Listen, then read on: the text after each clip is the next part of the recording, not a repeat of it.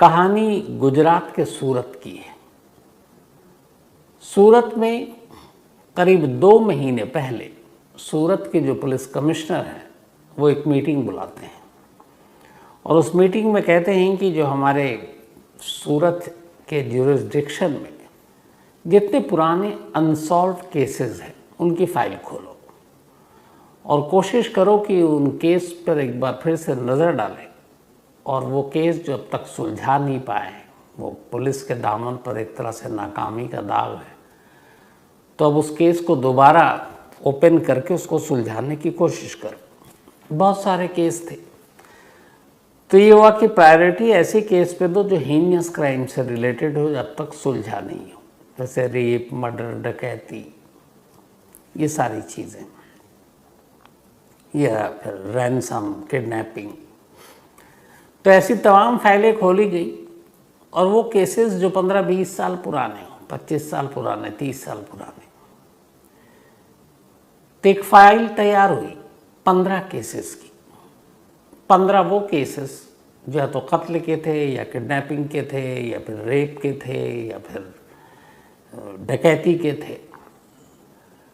अब टास्क दिया गया हर पुलिस वालों को कि आप लोग अपनी अपनी टीम बनाओ और इन 15 केस जो तक 15, 20, 25 साल से सुलझे नहीं हैं, इनको सुलझाने की कोशिश करो। उन्हीं में से एक केस एक कत्ल का था जो 2001 में सूरत में हुआ था। 3 सितंबर 2001 एक विजय नाम के शख्स का कत्ल हुआ था जो सूरत की एक कॉलोनी में रहता था। उस शख्स को पहले किडनैप किया गया और फिर उसको मारा गया। उसकी लाश सुनसान जगह पर मिली थी। बाद में जब पुलिस ने तफ्तीश की, 3 लोगों के नाम सामने आए। उनमें से एक नाम था पदम। पदम उसी सोसाइटी के एक कमरे में किराए पर रहता था जहां विजय रहा करता था। तो जो तफ्तीश हुई उसके बाद जो सच्चाई सामने आई वो ये थी कि जिस विजय का कत्ल हुआ उसकी एक मुंह बोली बहन थी। उस मुंह बोली बहन के साथ पदम का इश्क था, लेकिन अक्सर जब भी वो मिलने की कोशिश करता तो विजय कहीं ना कहीं से टपक पड़ता। तो पदम को लगा कि ये इसके इश्क के रास्ते में रोड़ा बन रहा है और इसके रहते हुए वो खुलकर मिल नहीं सकता। और ये बात हालांकि उसकी गर्लफ्रेंड को नहीं मालूम। उसने अपने 2 दोस्तों के साथ मिलकर कहा कि इस विजय को रास्ते से हटा दें तो फिर मेरा रास्ता आसान हो जाएगा। इसी के बाद 3 सितंबर को किसी बहाने से 2001 सुनसान जगह पर ये विजय को बुलाते हैं, शराब पिलाते हैं और फिर उसका कत्ल कर देते हैं। कत्ल करने के बाद अब मालूम है पदम को कि पुलिस उस तक पहुंचेगी। पदम भाग जाता है। उसके जो 2 साथी थे वो भी भाग लेते हैं, लेकिन वो पकड़े जाते हैं। पदम नहीं पकड़ा जाता। अब पुलिस जब उसके बारे में खंगालती है तो पता चलता कि वो उड़ीसा का रहने वाला है। पुलिस की एक टीम उड़ीसा जाती है। वहाँ उसके गांव में तमाम लोगों से पूछताछ होती है। कई दिनों तक पुलिस की टीम डेरा डाले होती है, लेकिन पदम उनके हाथ नहीं आता। पुलिस लौट जाती है।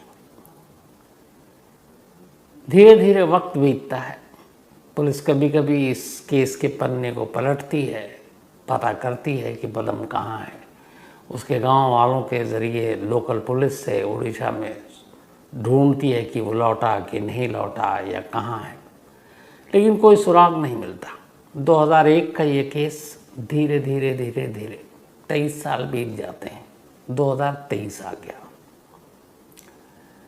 अब 2023 में ही 2 महीने पहले पुलिस कमिश्नर ने कहा कि इस केस की पड़ताल करो।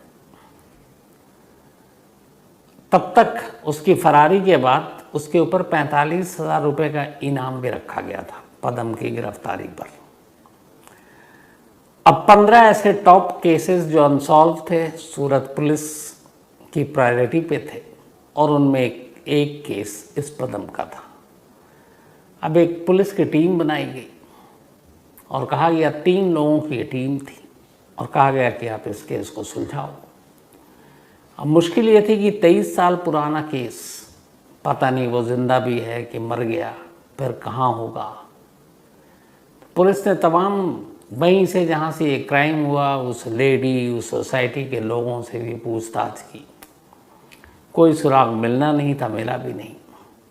अब इसके बाद इनके पास एक ही सिरा था और वो था उड़ीसा का वो गांव जहाँ का पदम रहने वाला था कि वहाँ से कुछ पूछताछ करें। पुलिस की टीम ने उड़ीसा में अब नए सिरे से छानबीन की कि शायद वो आया हो, नाम बदल कर, भेष बदल कर रहता हो, क्योंकि कोई शख्स अगर भागा हुआ है कम से कम अपने परिवार से तो छुप कर नहीं रहेगा। लेकिन उड़ीसा से भी कोई ख़ास कामयाबी मिली नहीं। अब तफ्तीश जारी है। महीने भर से पुलिस इस केस पे लगी रही, बिल्कुल डेड एंड, सुराग कोई नहीं। लगा 23 साल में जो नहीं सुलझा वो अब क्या सुलझेगा। लगभग पुलिस मायूस होती जा रही थी। लेकिन इस बार एक काम किया था, जो कि टास्क दिया था कमिश्नर ने,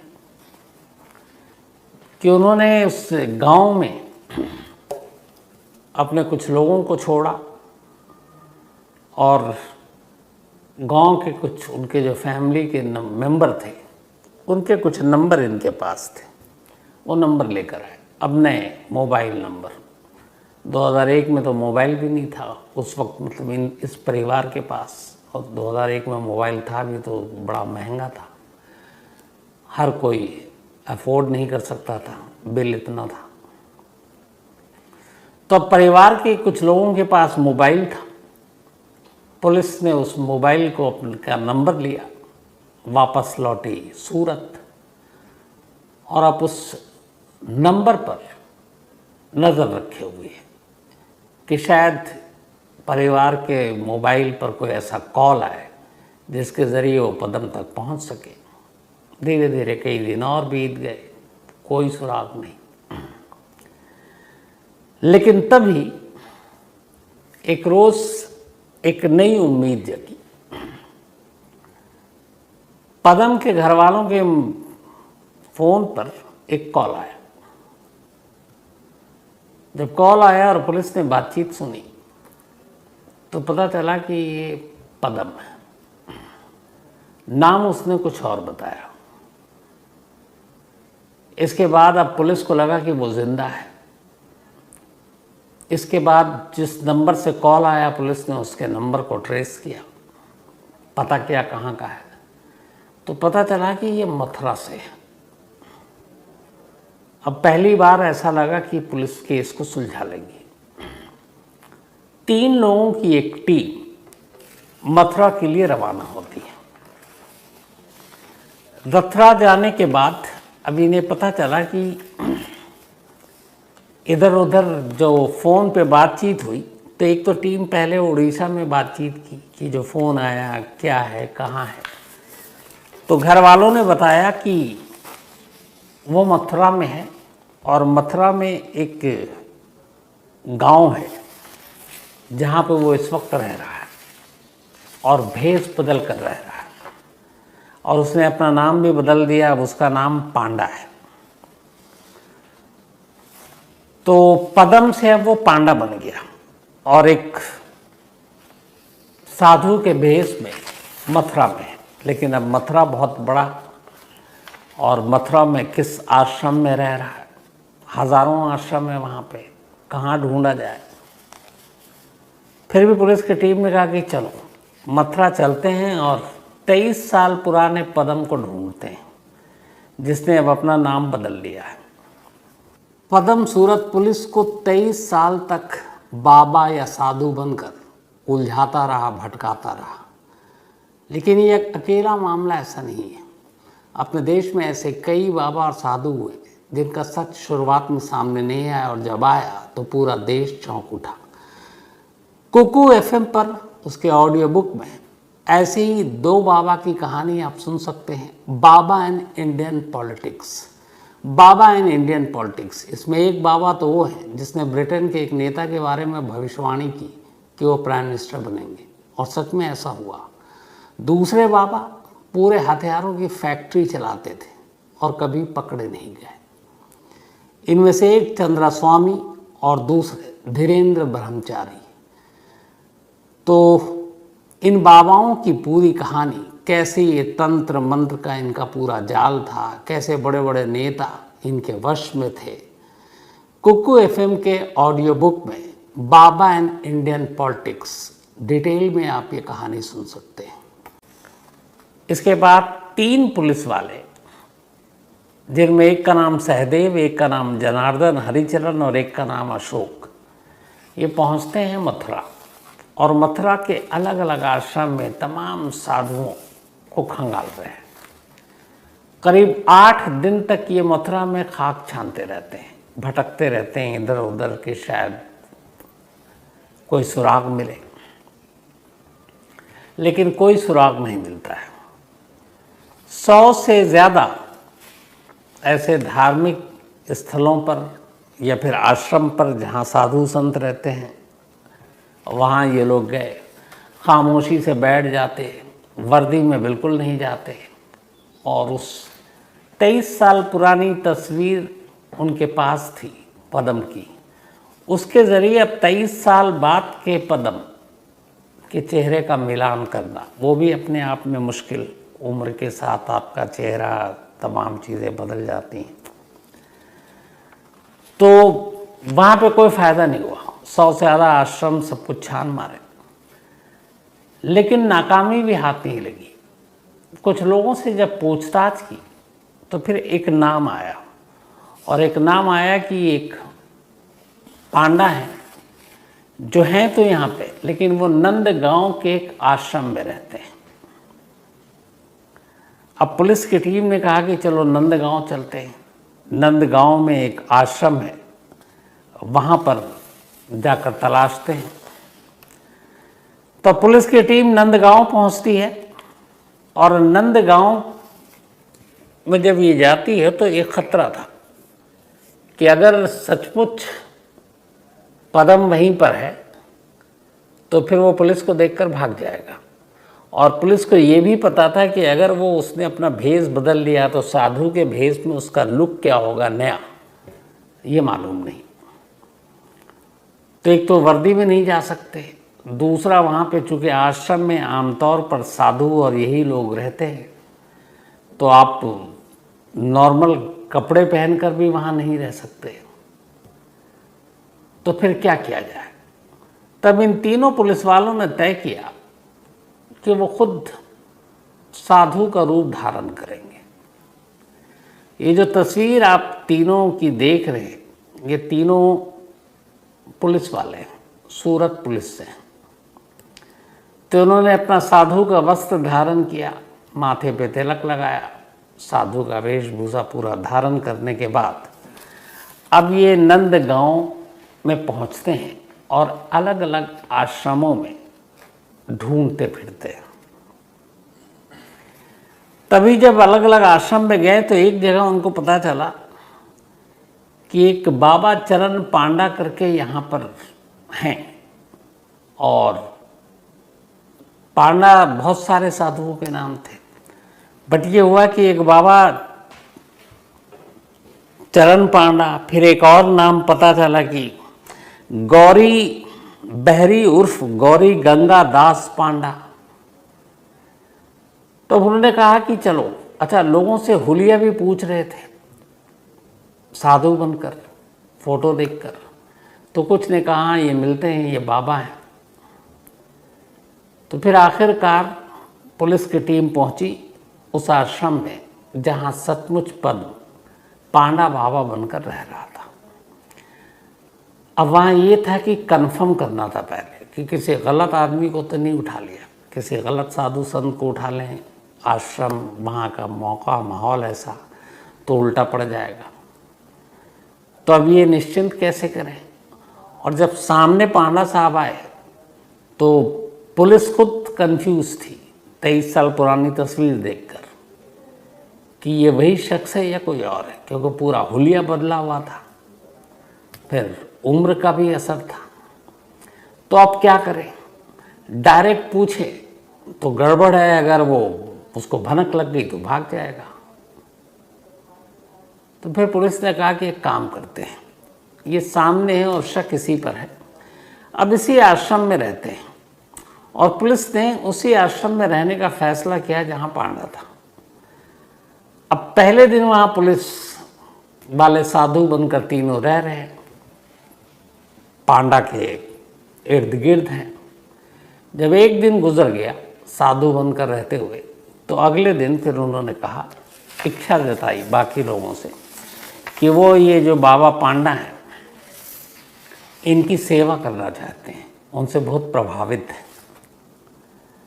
तो कुछ ने कहा कि चलिए मिलाता हूँ। तो अब उस गंगादास पांडा के पास कुछ साधु ले गए। उन्होंने कहा ये आपके भक्त हैं तीनों, आपकी सेवा करने चाहते हैं। तो पांडा ने कोई आपत्ति नहीं जताई।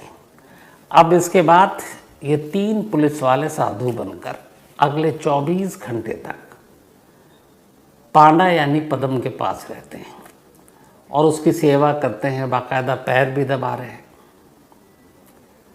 और इसी दौरान में बातचीत करते करते वो अपने गुरु मानते हुए उनकी कुंडली भी खंगाल रहे हैं और पूछ रहे हैं कि बाबा आप कहाँ, कैसे।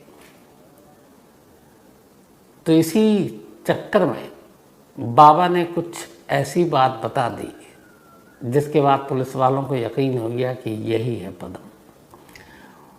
उड़ीसा का उन्होंने जिक्र कर दिया, गुजरात वो जा चुके हैं ये भी बता दिया, क्योंकि इन साधुओं ने कहा हम देश भर में भ्रमण करते रहते हैं, हम गुजरात भी गए, सूरत भी गए। तो बाबा आपने कभी सूरत देखा, उन्होंने बता दिया। बाबा उड़ीसा का भी उन्होंने बता दिया।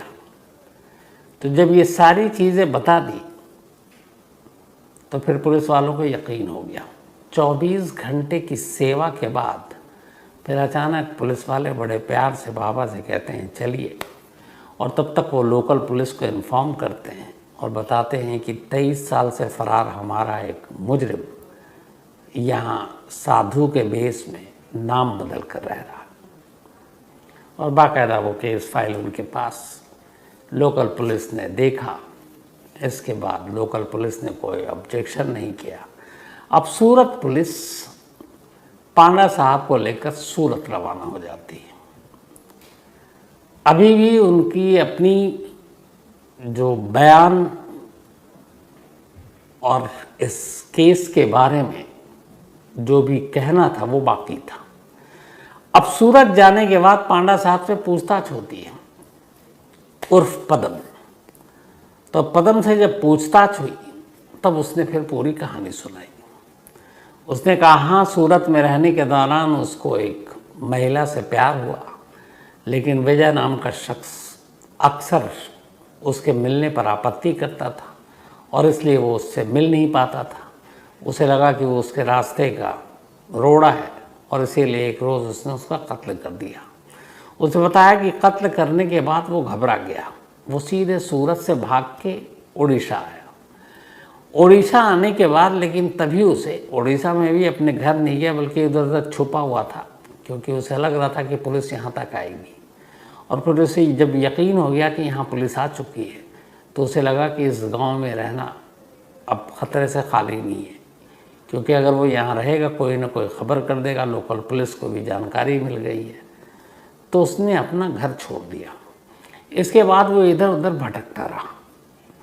इस भटकने के दौरान सबसे पहले उसने तय किया कि वो अपने बाल दाढ़ी या कुछ न शेप बनाएगा ना बाल कटाएगा, और दूर दराज मंदिरों में ऐसी जगहों पर वो घूमता रहा।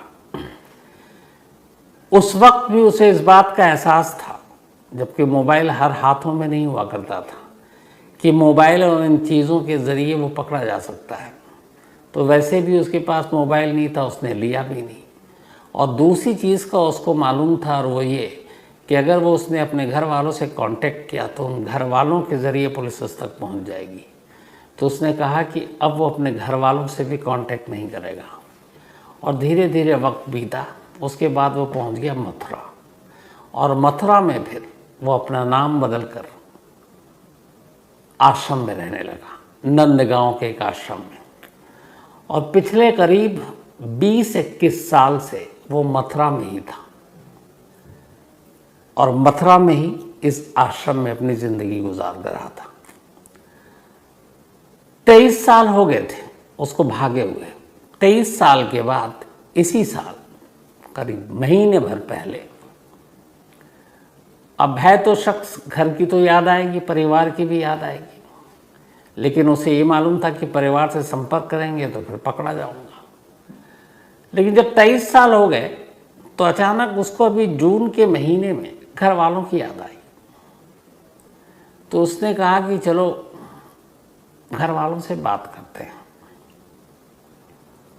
उसने एक मोबाइल खरीदा, पहली बार मोबाइल लिया, सिम लिया, और इसके बाद इस दौरान में उसके जो घर के आसपास के कुछ लैंडलाइन नंबर थे पहले, वहाँ उसने फ़ोन किया। फिर पता चला उसके घर के रिश्तेदार, जो घर के लोग हैं, उनके पास मोबाइल है। उसने मोबाइल नंबर लिया, अपने बारे में कुछ बताया नहीं, और फिर जब मोबाइल नंबर लिया तो उसके बाद अपने घर में भाई और बाकी लोगों से बातचीत की। इधर उसे पता नहीं था कि यह नंबर गुजरात पुलिस के पास भी है। तो जब उसने भाई से पूरी बातचीत की तो सारी चीज़ें गुजरात पुलिस तक पहुंच गई और इसका नंबर भी आ गया, और इस तरीके से पुलिस 23 साल बाद उस तक पहुंच गई।